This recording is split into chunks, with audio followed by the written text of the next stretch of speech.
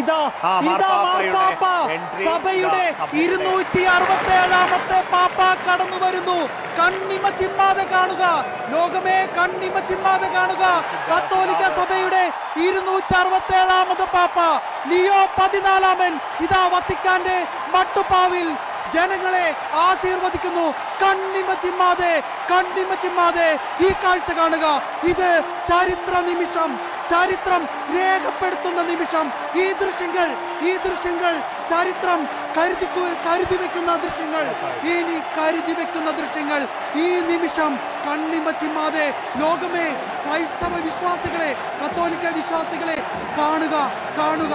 ഇതാ നമ്മുടെ പാപ്പ 267ാമത്തെ സഭയുടെ പാപ്പ പരിശുദ്ധ പിതാവ് ലിയോ 14 മാർപ്പാപ്പയുടെ വാക്കുകൾക്കായിട്ട് നമുക്ക് കാത്തിരിക്കാം.